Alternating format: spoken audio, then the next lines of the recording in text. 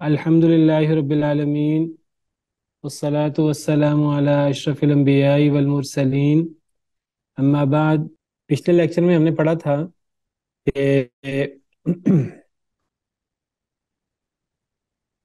قرآن کریم کے لیے نزول کا جو لفظ استعمال ہوتا ہے تو یہ نزول نزل ینزل باب ضرب یضرب ہے۔ اس کا مطلب اترنا بھی ہوتا ہے اور اس کا مطلب ٹھہرنا بھی ہوتا ہے، قیام پذیر ہونا، ٹھہرنا، یہ لازم ہے۔ نزل ینزل نزول، باب ضرب یضرب ہے۔ اس سے انزل ینزل انزال باب فعال بھی استعمال ہوتا ہے۔ اور کون سا باب استعمال ہوتا ہے؟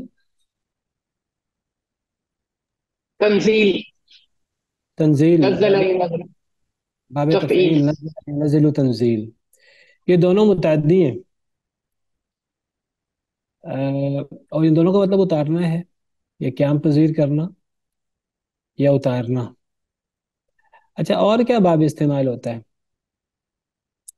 ایک تو نزل ینزل نزول ہو گیا مجرد، ایک انزل ینزل انزال ہو گیا، ایک نزل ینزل تنزیل ہو گیا۔ اور کیا باب استعمال ہوتا ہے؟ نزل سر ینزل، اتارنے کے لیے یعنی نہیں، اس روٹ سے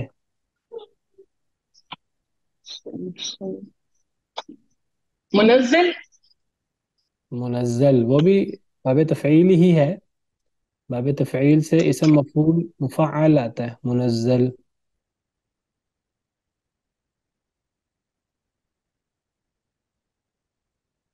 اور کون سا باب استعمال ہوتا ہے؟ کہاں ہیں علماء اور گرامر کے ماہرین، نحو صرف کے؟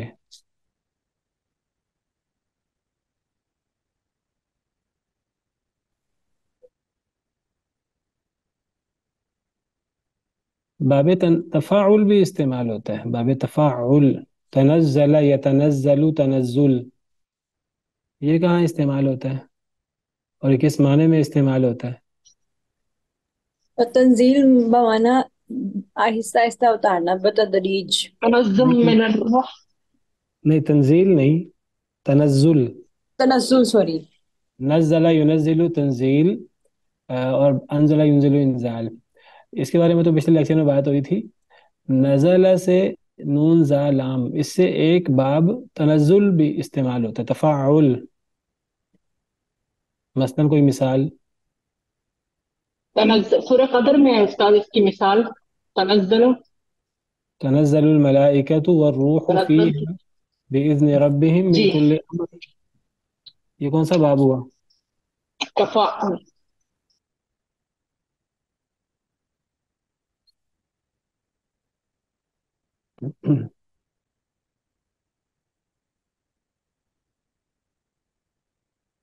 وما تنزلت به الشياطين قل هل ننبئكم على من تنزل الشياطين تنزل على كل أفاك نثيم إن الذين قالوا ربنا الله ثم استقاموا تتنزل يتنزل الأمر، یہ سارے باب تفاعل ہیں۔ وما نتنزل إلا بأمر ربك، یہ سارے باب تفاعل ہیں۔ اور پھر جو ہے نا وہ آگے تنزل الملائکۃ، سورہ قدر آیت نمبر 4، تنزل، یہ تنزل کون بتائے گا کون سا صیغہ ہے اور یہ اصل میں کیا تھا؟ تفاعل ہے استاد یہ. تفاعل جی، یہ کون سا مضارع صیغہ؟ کا صیغہ ہے.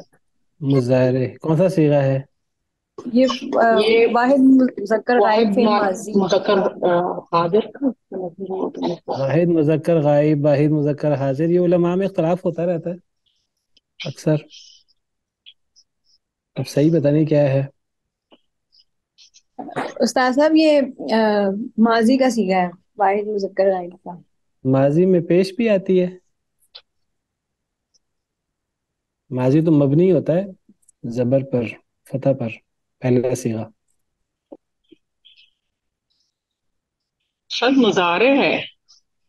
مضارع ہے، کون سا صیغہ ہے؟ واحد مذکر حاضر کا ہے. واحد مذکر حاضر کا مطلب ہوگا تو اترتا ہے، واحد مذکر حاضر کے بعد تو اسم نہیں آ سکتا، فائل فائل نہیں آ سکتا۔ فائل نا، واحد مونس میں نے آپ کو کئی دفعہ بتایا ہے، فائل یا تو پہلے صیغے کے بعد آتا ہے یا پھر چوتھے صیغے کے بعد آتا ہے۔ کبھی بھی پہلے اور چوتھے صیغے کے علاوہ کسی صیغے کے بعد فائل نہیں آ سکتا، مفعول آ سکتا ہے۔ واحد مونس غائب کا ہے؟ فعل کون سا ہے؟ فعل ماضی ہی لگ رہا ہے مجھے۔ فعل ماضی واحد مونس غائب تو نہیں سوری، مضارع تنزلت مضارع۔ آنا چاہیے۔ مضارع، اچھا، تو اگر یہ مضارع ہے تو کیا وزن بنا؟ تفعلوا۔ الو. تفاعلو، تو تفاعلو کون سا وزن ہوا؟ یہ تو کوئی وزن نہیں ہوتا مضارع میں، تفاعلو۔ آپ ذرا باب تفعیل سے آپ مضارع بنائیں اور پھر ذرا گردان کریں تو بتائیں کہ کون سا وزن بنتا ہے، اصل نکالے نا۔ باقی گرامر کی کلاس جو ہے نا وہ پھر جو ہے نا صیغے وغیرہ سر ہے یہ نا وہ ماضی ہے یہ لیکن پیش کی ماضی سمجھ کا ہے، نہیں آ رہی. ماضی ہی ہے یہ. یہ ماضی کا پہلے ہی ہے۔ پہلے میں مضارع بتا رہی تھی لیکن میرے خیال میں یہ ماضی کا ہی ہے، لیکن یہ اس کی سمجھ نہیں آ رہی گما کی آخر میں. جو بواب تفعل ہے اس کا ماضی کا صیغہ تو تفعلوا نہیں ہوتا، تفعلوا یا تفعلوا یا تفعل۔ تفعل یا تفعل. تفاعل سے گردان کریں، یہ کون سا صیغہ بنتا ہے؟ تفعل سے واحد مذکر غائب کا ہوگا. ہاں، تو گردان کیا بنے گی؟ تفعل یا تفعل.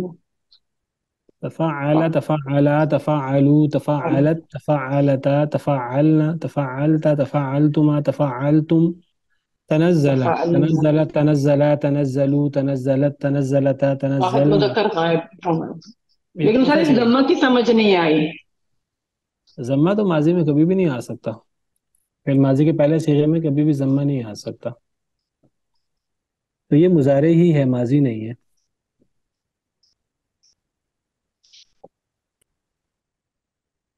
چلیں اس کا مضارع کیا ہوگا، پہلا صیغہ بتائیں۔ یتنزل. تنزل، یتنزل، اب یتنزل سے گردان کریں۔ يتنزل يتنزلان يتنزلون. تنزل تنزل تتنزل، تتنزل تتنزلان. یتنزلنا، تتنزلنا. تتنزل تتنزلان تتنزلون. تتنزلين تتنزلان تتنزلين. تتنزلنا، تتنزلنا، تتنزلنا تتنزل تتنزلون، تتنزل. تتنزل، اب کون سا صیغہ بنا؟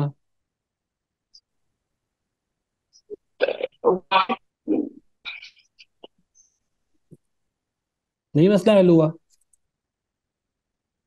یہ چوتھا صیغہ ہے کر فعل حاضر مضارع، کا ہے. میں مجھے سمجھ گیا. فعل مضارع کا چوتھا صیغہ ہے، اصل میں تھا تتنزل، ایک تا گری ہوئی ہے، اور ہم نے قواعد پڑھے تھے، ان قواعد میں ہم نے بڑے وضاحت سے پڑھا تھا، ایک قاعدہ ہوتا ہے باب تفاعل میں، اور باب تفاعل میں دو تائیں آ جاتی ہیں، ایک باب کی اور ایک علامت مضارع کی، تو ایک تا کو گرانا جائز ہوتا ہے، بھول گیا قاعدہ؟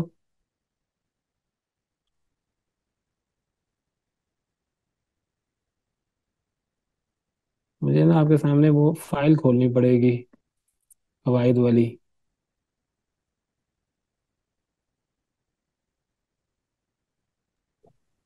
پھر شروع میں آپ کہہ رہے ہیں کہ شروع میں اس کی تا گر گئی ہے. جی جی، یہ دیکھیں جی، آپ کا چھٹا سمیسٹر میں کھول رہا ہوں، چھٹے سمیسٹر میں یہ دیکھیے، یہ اجراء کی ہماری کلاس ہے، اور اجراء کی کلاس میں ہمارا یہ فائل ہے جی، یہ یاد آیا آپ کو؟ یہ دیکھیے قاعدہ نمبر 5، دو تا شروع میں اجتماع، باب تفاعل اور باب تفاعل کے مضارع معروف میں ایک کا حذف جائز ہے، اور مثال بھی دی ہوئی ہے تنزل الملائکۃ، آگے سمجھ؟ جی استاد جی. دیکھیں نا، یہ پریکٹس نہیں ہو رہی تو پھر یہ چیزیں نا بھولتی جا رہی ہیں۔ چلیں بہرحال، تو ایک باب تفاعل بھی ہے، اس کا کیا مطلب ہوتا ہے؟ اترنا کے اتارنا، اور اترتے ہیں، تو اس کا اترنا. مطلب اس کا مطلب اترنا. جی. تنزل الملائکۃ، اصل میں تتنزل الملائکۃ، اترتے ہیں فرشتے. اصل میں واحد مونس غائب کا صیغہ ہے، جمع مکسر کے ساتھ واحد مونس غائب کا صیغہ آ جاتا ہے، تو ہم اس کو اردو محاورے میں معنی کریں گے فرشتے اترتے ہیں. وما نتنزل الا بامر ربک، اور نہیں ہم اترتے مگر آپ کے رب کے حکم سے. تو اس کا مطلب بھی مجرد والا ہوتا ہے. جو مجرد کا معنی ہے نا، نزل ینزلو کا، وہی معنی تنزل یتنزلو کا ہے. اور کون سا باب استعمال ہوتا ہے؟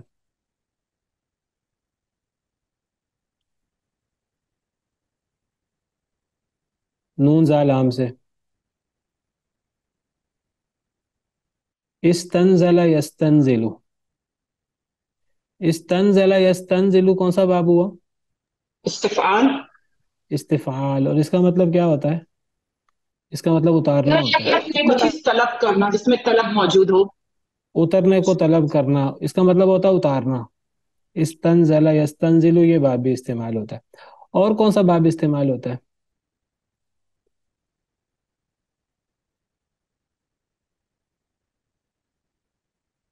تنازل یتنازلو، باب تفاعل بھی استعمال ہوتا ہے.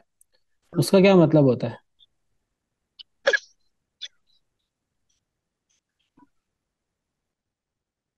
اس کا مطلب ہوتا ہے اپنی بات سے تنازل کر لینا، اپنی بات چھوڑ دینا. ٹھیک ہے. تو بہرحال زیادہ تر قرآن کریم میں مجرد سے نزل ینزلو یہ ہے، یا پھر باب افعال ہے انزل ینزل انزال، یا پھر باب تفعیل ہے نزل ینزل تنزیل. انزل ینزل انزال، نزل ینزل تنزیل کا مطلب، دونوں کا مطلب اتارنا ہے. اور جو میں نے آپ کو بتایا باب استفعال استنزل یستنزل، یہ قرآن میں اس کا استعمال میرے علم میں نہیں ہے. ویسے عربی زبان میں استعمال ہوتا ہے اتارنے کے معنی میں، لیکن قرآن کریم میں تنزل یتنزل تنزل ہے.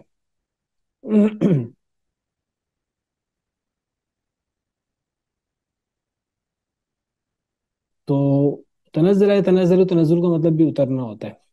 تو بہرحال باب فعال اور باب تفعیل کا فرق آپ کو میں بتا چکا ہوں.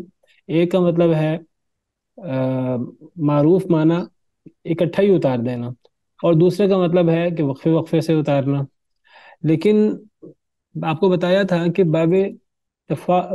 باب افعال میں اس کا اکثر معنی تو یہی ہے کہ اکٹھا اتارنا، لیکن کبھی کبھی وہ آہستہ آہستہ اتارنے کے معنی میں بھی استعمال ہوتا ہے باب افعال. اگرچہ اس کا جو مشہور معنی ہے وہ یہی ہے، اکٹھا یک بارگی اتارنا.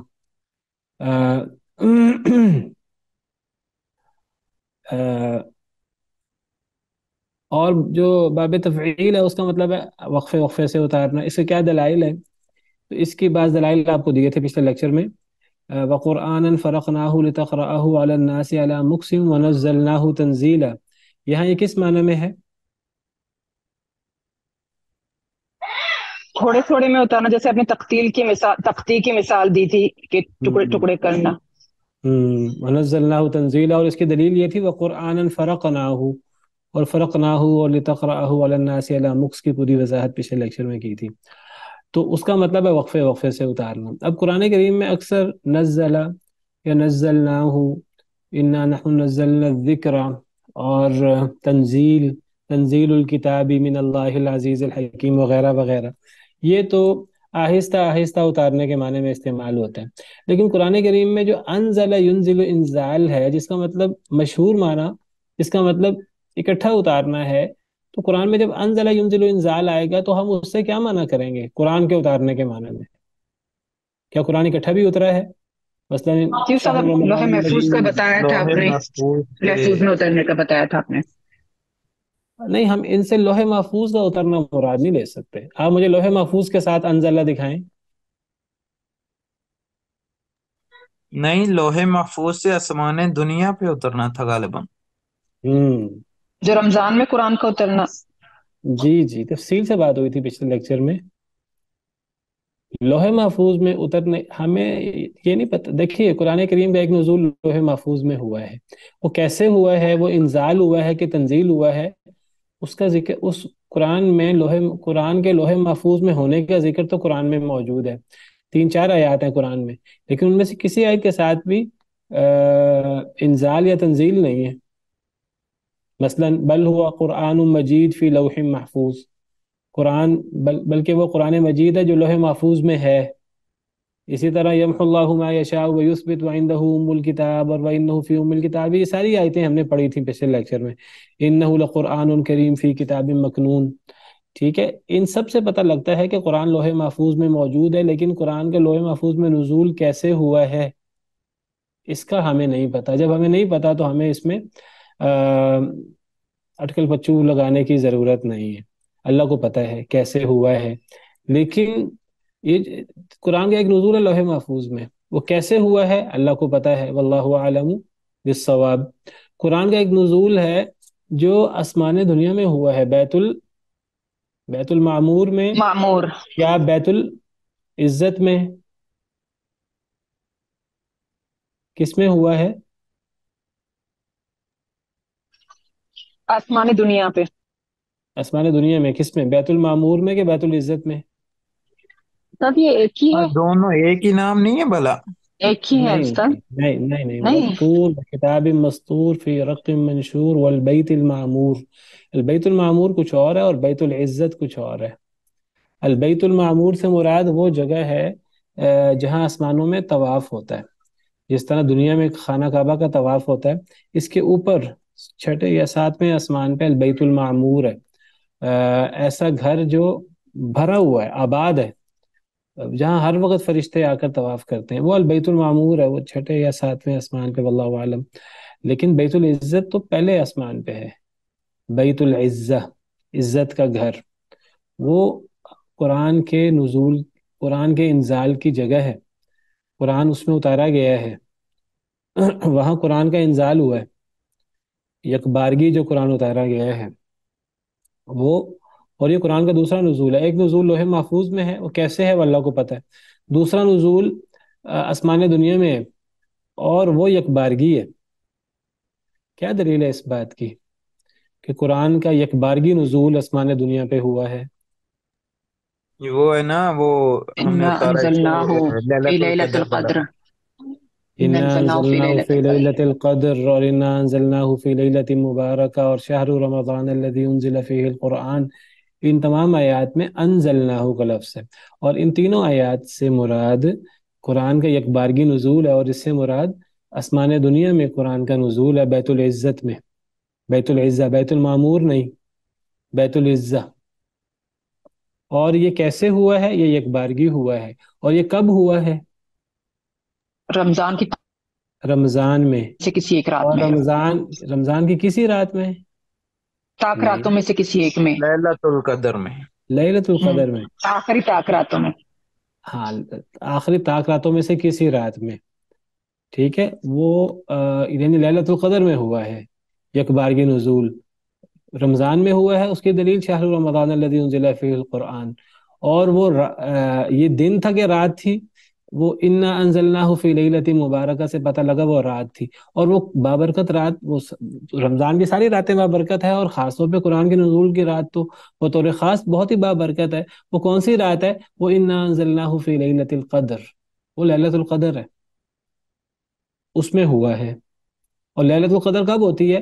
حضرت عائشہ کی حدیث ہے، نبی صلی اللہ علیہ وسلم نے لیلۃ فرمایا القدر فی کہ لیلۃ الوتر. القدر وہ رمضان کے آخری عشرے کی طاق راتوں میں سے ایک رات ہوتی ہے. تو یہ 21ویں، 23ویں، 25ویں، 27ویں یا 29ویں رات میں سے کوئی رات ہے.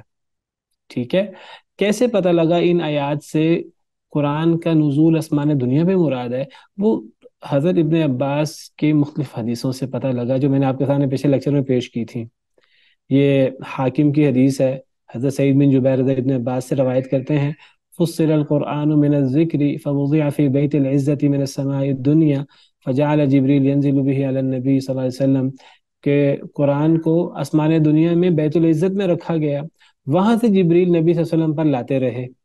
اسی طرح نسائی میں، حاکم میں، بہقی میں داؤد بن ابی ہند، وہ اکرمہ سے اور وہ ابن عباس سے روایت کرتے ہیں، انزل القرآن جملۃ واحدہ. یہ بات اہم ہے، سیدنا ابن عباس نے فرمایا قرآن اکٹھا اترا ہے. جملۃ واحدہ کا مطلب کیا ہے؟ یک بارگی.